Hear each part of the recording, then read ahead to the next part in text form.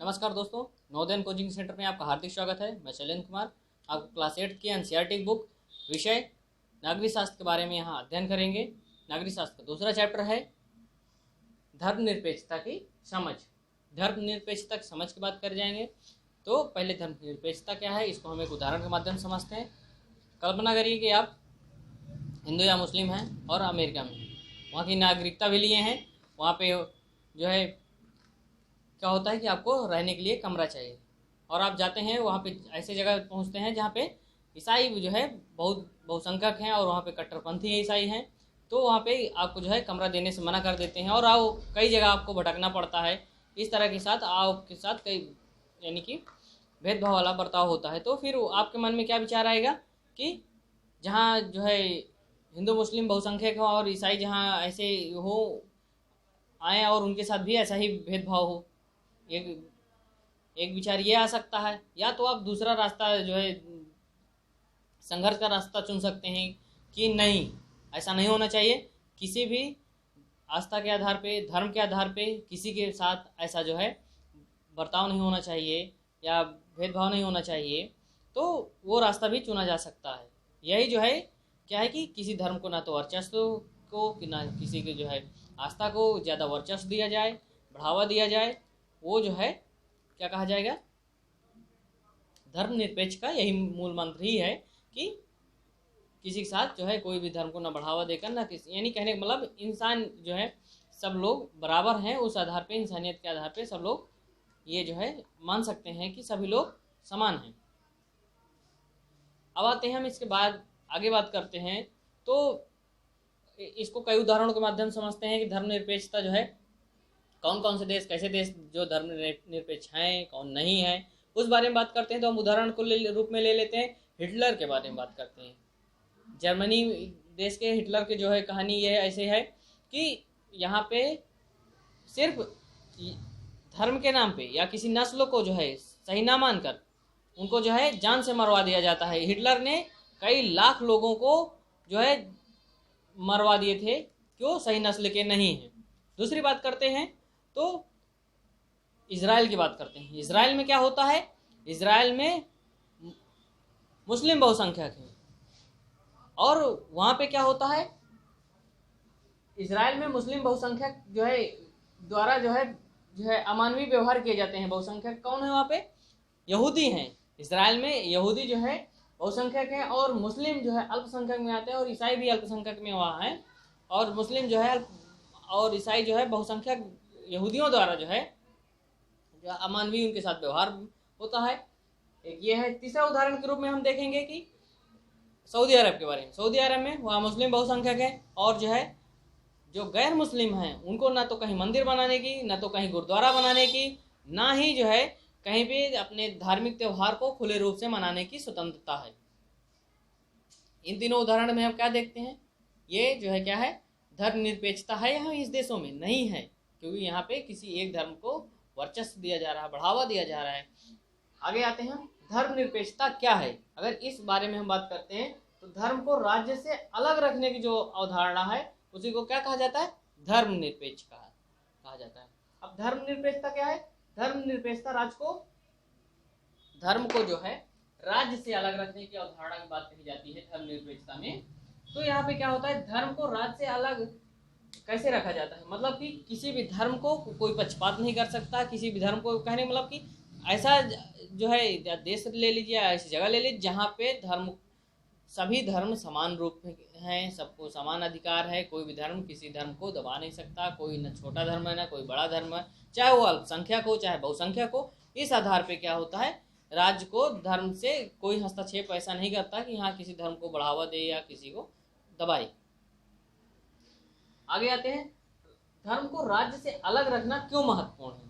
धर्म को राज्य से अलग रखना क्यों महत्वपूर्ण है, अगर इस बात में अगर हम अच्छे समझेंगे तो बात डिटेल में आएगी कि हाँ, अगर धर्म को राज्य से अलग नहीं रखेंगे तो क्या उसका प्रभाव होगा। ये सारी चीज़ों के बारे में बात करते हैं। तो ये होता है कि अगर बहुमत धर्म के लोग हैं और सत्ता में पहुंच जाते हैं तो क्या होता है, अगर जो है धर्मनिरपेक्ष नहीं है धर्म को जो है, तो क्या सिचुएशन आएगी, जो बहुमत पक्ष है वो सत्ता का दुरुपयोग करेगा और सत्ता में पहुंचकर अल्पसंख्यकों के साथ भेदभाव करेगा और उनको परेशान करेगा, और इसके साथ साथ क्या होगा कि जो आर्थिक संसाधन हैं उनका भी दुरुपयोग करेगा, जिससे कि अल्पसंख्यक को बहुत हानि पहुंचेगी। और इसके बाद आते हैं जो धार्मिक अधिकार है, वो छुआछूत के बारे में अगर बात की जाती है तो जैसे हिंदू धर्म है, हिंदू धर्म बात की जाए तो हिंदू धर्म में भी जो है छुआछूत होता है, भेदभाव होता है। ये क्या होता है, मतलब कि धर्म को राज्य से तो अलग रखा गया है, लेकिन फिर भी भेदभाव होता है। क्यों? क्योंकि उसमें भी धर्म में सबको ये जो है कुरीतियाँ जो हैं उनको भी दूर करना जरूरी है। दूसरी बात इसमें बात करते हैं कि ये प्रभुत्वशाली जो समुदाय होते हैं, प्रभुत्वशाली समुदाय के सदस्य जो होते हैं, वो राज सत्ता पर जब नियंत्रण कर लेते हैं तो सिचुएशन और भी गंभीर हो जाती है। जैसे कि वो क्या होता है, जैसे कोई हिंदू की ही बात कर ली जाए, यहाँ हिंदू के अगर हिंदुत्व की ही व्याख्या, अगर कोई प्रभुत्वशाली समाज में अगर सत्ता पक्ष का जो है पूरा अधिकार हो गया तो प्रभुत्व जो हिंदू ही लोग कोई होगा, और हिंदू ही धर्म के बारे में अगर कोई व्याख्या करता है कि ये चीज़ गलत हो रही है, ऐसे नहीं हो रहा, तो वही सत्ता पक्ष के लोग बोलेंगे कि नहीं, आपको जो है इसका जो है व्याख्या करने का अधिकार ही नहीं है। इस तरह की बहुत सी बातें पैदा होती हैं। और आगे आते हैं कि इसमें जो है सबसे खराब स्थिति तब होती है कि इस तरह की भावनाओं से लोग क्या करते हैं, दूसरे की जो है हत्या तक कर देते हैं। ये जो बहुत गलत चीज़ है। तो इसीलिए क्या है, कभी भी धर्म के आधार पे राज्य भेदभाव नहीं होना चाहिए। नहीं तो क्या होता है, एक धर्म के लोग दूसरे धर्म को जो है मारते हैं, लड़ाई करते हैं, वो सब तरह की सिचुएशन आती हैं। इसलिए कभी किसी धर्म को बढ़ावा नहीं दिया जाना चाहिए। और कहने का मतलब कि धर्मनिरपेक्ष होना चाहिए, सभी धर्म समान हैं, ये चीज़ की मान्यता होनी चाहिए। अब भारतीय धर्मनिरपेक्षता क्या है? भारत एक लोकतांत्रिक देश है, यहाँ भारत एक धर्मनिरपेक्ष देश है। यहाँ पे किसी भी धर्म को बढ़ावा नहीं दिया जाता। यहाँ सारे धर्म कानूनी रूप से संविधान के सामने सभी धर्म समान हैं, सबको समान अधिकार है, सब लोग सम्मान से रहने का, जीने का सबको अधिकार है। इसकी अगर बात करते हैं धर्मनिरपेक्षता की बात, जो धार्मिक स्वतंत्रता है, ये आपको हम पिछले अध्याय में बताए हैं कि जो है ये भी जो है जितने भी मौलिक अधिकार में भी एक धार्मिक स्वतंत्रता का अधिकार है। अब इसमें आते हैं भारतीय धर्मनिरपेक्षता क्या है। भारतीय धर्मनिरपेक्षता की बात की जाए तो यहाँ धर्मनिरपेक्षता में भारत में ये कहा जाता है, तीन मुख्य बातें हैं कि कोई भी धर्म किसी दूसरे धर्म को दबा नहीं सकता, न तो उसे जो है किसी भी तरह की कोई चीज़ें कह सकता है, और अपने ही धर्म के लोग। दूसरी बात एक और आती है धर्मनिरपेक्षता में। पहली बात तो कोई भी धर्म दूसरे धर्म के लोगों को दबा नहीं सकता। दूसरी बात है अपने ही धर्म के लोग, कोई व्यक्ति जो है अपने ही धर्म के लोगों को दबा नहीं सकता। तीसरी बात आती है कि राज्य में जो है ना तो किसी को राज्य जो है किसी धर्म को थोपेगा लोगों के ऊपर, और ना ही किसी को जैसे कि लोगों की स्वतंत्रता छीनेगा। ये चीज़ें हो जाती हैं धर्मनिरपेक्षता के बारे में कि धर्मनिरपेक्षता हम तीन बातें बताएं। पहला तो धर्म के आधार पे कोई किसी के साथ जो है दबाएगा नहीं। दूसरा अपने ही धर्म में कोई किसी के साथ वो नहीं करे।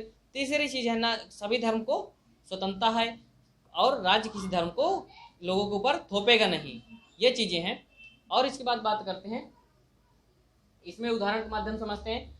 ये राजकीय विद्यालय की बात की जाती है। यहाँ पे राजकीय विद्यालय है, एक दिल्ली की बात करते हैं बात है इसमें, और दूसरा जो है ये दोनों उदाहरण का अच्छे समझ में आ जाएगा कि जो राजकीय विद्यालय में क्या होता है कि यहाँ पे जो है एक लड़की रहती है, वो सर से पूछती है कि हमारा जो है धार्मिक त्यौहार आने वाला है, तो हम जो है उसमें क्या करेंगे कि धार्मिक जो है हम आने वाले समय में हम क्या सर मना सकते हैं यहाँ पे स्कूल में?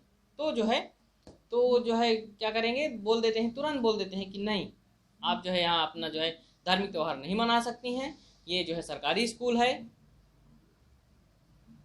इस वजह से वो जो है और बोलते हैं कि ये कोई प्राइवेट स्कूल नहीं, सरकारी स्कूल है, यहाँ किसी भी धर्म को हम जो है बढ़ावा नहीं दे सकते हैं।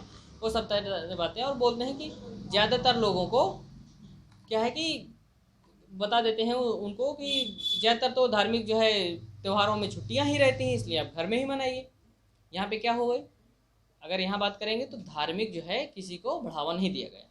आगे बात करेंगे एक परमजीत, दिल्ली की बात करते हैं। दिल्ली में क्या होता है कि दो दोस्त रहते हैं और जाते हैं, उसमें से एक परमजीत रहते हैं जो सिख धर्म से रिलेटेड होते हैं और पगड़ी पहने रहते हैं, दूसरे हेलमेट लगाए रहते हैं। तो बोलते हैं कि आप हेलमेट नहीं पहने हैं, आपकी जो है चालान कट जाएगा। तो बोलते हैं हमारा चालान नहीं कटेगा, हम पगड़ी पहने हैं तो बोलते हैं ऐसा क्यों, तो उसमें बात यही आती है कि जो सिख धर्म के लोग होते हैं उनको क्या होता है कि छूट होती है कि वो जो है अगर हेलमेट नहीं लगाए हैं तो उनका चालान नहीं कटेगा, क्योंकि उनके धर्म में ये माना जाता है कि पगड़ी पहनना जो है बहुत ज़रूरी है, और अगर पगड़ी उतारना उनके धर्म में सही नहीं मानते हैं, इस वजह से वो लोग, उनको जो है सरकार या तो सही कहिए संविधान में उनको ये छूट दी गई है कि उनकी धर्म की भावना, जो उनकी धार्मिक भावना है उनको ठेस न पहुँचे, इस वजह से उनको छूट रहती है। दूसरी बात होती है, दूसरी बात के बाद अब हम यहाँ आते हैं, यहाँ पहले आप में पहले क्या देखेंगे, विद्यालय की बात करेंगे। विद्यालय में किस धर्म को बढ़ावा नहीं दिया गया है, कहने का मतलब सभी धर्म समान है, इसलिए कोई धार्मिक पर्व स्पेशल रूप में नहीं मनाया जाएगा। दूसरे में क्या हो, आहस्तक्षेप की नीति। आहस्तक्षेप की नीति मतलब कि जैसे परमजीत की बात की, उनको छूट है, उनके जो है धार्मिक भावना को ठेस ना पहुँचे, इसलिए उनको ये चीज़ बताया गया है कि आपको जो है हेलमेट नहीं भी अगर पहने हैं तो चालान नहीं कटेगा। तीसरी बात है धार्मिक वर्चस्व को रोकना। धार्मिक वर्चस्व, अगर किसी भी धर्म का या कोई भी चीज़ बहुत बढ़ावा, किसी भी जो है बढ़ जा रहे हैं, या तो कोई लोग जो है किसी जो परेशान हो रहे हैं, प्रताड़ित हो रहे हैं, तो वो सब सारी चीज़ें जो कमियां हैं वो सब दिक्कत आती हैं। अगर हिंदू धर्म के लोग जैसे क्या होता है कि जाति के आधार पर बहुत से लोगों को भेदभाव छुआछूत करते हैं, तो वो जी पुरानी जो भी चीज़ें हैं अभी लोगों के दिमाग में भी बहुत बैठी हैं, बहुत से उदाहरण कहीं न कहीं देखने को मिल जाते हैं। उसमें बात करेंगे जैसे कोई जाति के आधार पर किसी को दबाते हैं तो उसको जो है कानूनी रूप से जो है संविधान के रूप से पूरी तरह पाबंदी लगा दी गई है, और ये जो है अगर कोई ऐसा करता है तो उसके खिलाफ सख्त जो है कार्रवाई करने के भी नियम कानून है। इसके बाद आते हैं भारतीय धर्मनिरपेक्षता जो है की बात अभी किए हैं, इसमें अब इसके बाद आएगा भारतीय धर्मनिरपेक्षता और दूसरे लोकतांत्रिक देशों की धार्मिक निरपेक्षता से किस तरह अलग है। अगर इसकी बात की जाए, भारत एक लोकतांत्रिक देश है और यहाँ पे क्या है, सभी धर्म को समान रूप से मनाने का सबको अधिकार है। कोई किसी धर्म को न तो राज्य बढ़ावा देता है ना तो किसी धर्म को दबाता है, मतलब कि सबको एक समान माना जाता है। दूसरे देशों की तुलना करते हैं तो दूसरे देशों में क्या होता है कि यहाँ देखते हैं, अमेरिका की बात करते हैं। अमेरिका में क्या है, जो अमेरिका में पहला संविधान संशोधन हुआ था, वहाँ पे क्या है, धार्मिक स्वतंत्रता रोकने वाले कानून पर रोक लगा दी गई थी। ऐसा क्यों, वो लोग वहाँ के लोग, संसद के लोग ये माने कि जो भी धर्म को जो है धार्मिक जो है चीज़ें हैं उनको अगर कोई जो है ऐसा कानून है जो धार्मिक स्वतंत्रता छीन रहा है तो वो कानून ना बने, इस वजह से उनको रोक लगा दी गई। इस चीज़ को और समझिए अच्छे से। राज्य व धर्म का पृथक्करण की बात करेंगे तो राज्य और धर्म दोनों में एक दूसरे में दखल नहीं दे सकते हैं। कैसे नहीं दखल दे सकते, अगर कोई चीज़ धार्मिक चीज़ें चल रही हैं तो उसमें राज्य हस्तक्षेप नहीं करेगा कि हाँ राज्य में जो है धर्म में ऐसा होना चाहिए वैसा होना चाहिए, उस तरह की चीज़ें। और इसी तरह धर्म भी राज्य के उसमें मामले में, मतलब दोनों चीज़ें कहने का मतलब अलग अलग हैं, ये चीज़ रूप माना गया है। लेकिन भारत में इसको और अच्छे से समझ पाएंगे। भारत में देखेंगे दूसरे क्या रूप है, यहाँ तो क्या है, भारतीय धर्मनिरपेक्षता में राज्य धर्म से तो अलग है, परंतु सैद्धांतिक रूप से फासला ही है। कैसे फासला है कि अगर सैद्धांतिक रूप से ले लें, राज्य हस्तक्षेप भी नहीं करता, राज्य बढ़ावा भी नहीं देता, लेकिन हाँ अगर कहीं पे कानूनी रूप से कोई ऐसा चीज़ हो रहा है किसी धर्म में, धर्म के साथ या धर्म के लोगों के साथ या कि एक धर्म से दूसरे धर्म के प्रति, तो वहाँ पे राज्य रोक देगा। ऐसा नहीं कि वो जो है धार्मिक चीज़ें हैं तो रोकेगा नहीं, अगर वो संविधान के हिसाब से गलत है तो उसे राज्य रोक देगा। कहने का मतलब अलग भी माना जा सकता है और अलग नहीं भी है, लेकिन अलग कहाँ तक माना जा सकता है, जितना सैद्धांतिक रूप से सही है। इसके बाद आते हैं भारतीय जो राज्य है उसमें धर्मनिरपेक्ष कैसे हैं। उसमें क्या है, धार्मिक वर्चस्व रोकने के लिए कई तरह से जो है राज्य भी काम करते हैं कि धार्मिक वर्चस्व जो है ज़्यादा ना, किसी धर्म को अगर वर्चस्व बढ़ा जा रहा है तो उसको रोक देने का पूरा अधिकार है राज्य को। ये रहा धर्मनिरपेक्षता के बारे में। इस चैप्टर के बारे में और अच्छे से फिर से हम आपको फर्स्ट रिवीजन करा दे रहे हैं। इसमें क्या है कि धर्मनिरपेक्षता की बात करेंगे तो इसमें अगर आपको बताएं कि धर्मनिरपेक्षता क्या है, अभी जैसे सिख वाला उदाहरण दिए, और इसके बाद जो है वहाँ जैसे हिंदू मुस्लिम के वो उदाहरण दिया, और ये जो ईसाई के थ्रू जो है अमेरिका का उदाहरण लिए कि ऐसे ऐसे होता है, तो वो सारी चीज़ें हैं। और इसके बाद हिटलर का उदाहरण दिए कि यहूदियों को इन्होंने मरवा दिया था, ये धर्मनिरपेक्ष देश नहीं आएंगे। जो इसराइल भी है, यहाँ पे यहूदी बहुसंख्यक है, और इसके बाद मुस्लिम और ईसाइयों के साथ अमानवीय व्यवहार करते हैं, ये भी जो है क्या कहा जाएगा, धर्मनिरपेक्ष नहीं कहे जाएंगे। सऊदी अरब में भी यही सिचुएशन है, मुस्लिम बहुसंख्यक है, और जो है गैर जो मुस्लिम है उनको जो है और चीज़ों का अधिकार नहीं है।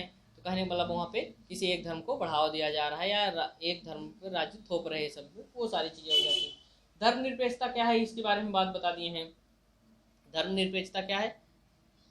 ऐसा देश या ऐसी जगह जहाँ पे धर्म को सभी लोगों को सभी धर्मों को समान रूप से माना जाता है। कोई भी धर्म एक दूसरे धर्म को ना तो दबा सकता है, ना तो किसी दूसरे धर्म की स्वतंत्रता छीन सकता है, ना तो रोक सकता है। सभी धर्म के लोग सभी जगह समान रूप से अपने अपने पर्व मनाने के लिए सबको स्वतंत्रता है। भारतीय धर्मनिरपेक्षता क्या है? इसमें 3 बातें खास तर बताए हैं आपको।